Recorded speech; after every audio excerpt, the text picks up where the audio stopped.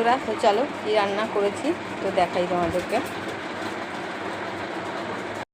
দেখাই আজকে কি রান্না করা হয়েছে। তো তোমাদের ওখানে বৃষ্টি হচ্ছে, আমাদের এখানে তো কিন্তু বৃষ্টি হয়েছে, খুব বৃষ্টি হয়েছে, ভোরের থেকে একদম বৃষ্টি হয়েছে। এখন একটু থেমে গেছে, এখনও মেঘলা হয়ে আছে আকাশ। তো চলো দেখাই কি রান্না করেছি। এখানে আছে গরম গরম ভাত, দেখতে পাচ্ছ, একদম রেডি।